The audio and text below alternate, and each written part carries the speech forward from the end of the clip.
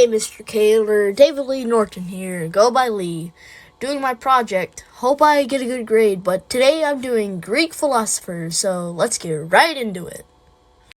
Okay, so to start this animation off, let's start with Plato. Okay, so Plato was an Athenian philosopher who did his work in the classical period.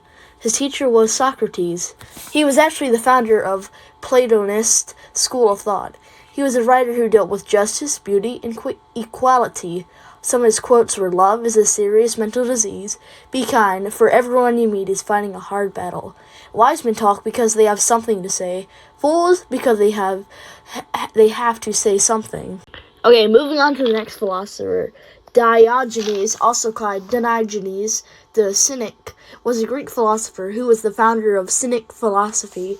He tried to mold himself to look like Hercules. He criticized Plato, sabotaged his lectures, and tried to distract his listeners by bringing food to eat. It was also noted that he mocked Alexander the Great in public and when he visited Corthanons in 336. Some of his quotes were, "The foundation of every state is in its education of its youth. We have 2 ears and 1 tongue, so that we would listen more and talk less. In a rich man's house there is no place to spit but his face."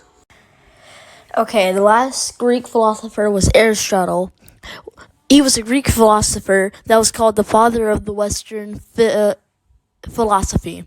When he wrote about many things that included physics, biology, zoology, metaphysics, logic, ethics, aesthetics, poetry, theater, music, rhetoric, physiology, linguistics, economics, politics, and government. So he wrote about a lot of things. But the thing that makes him connect to one of the people that I've already talked about is that his teacher was Plato.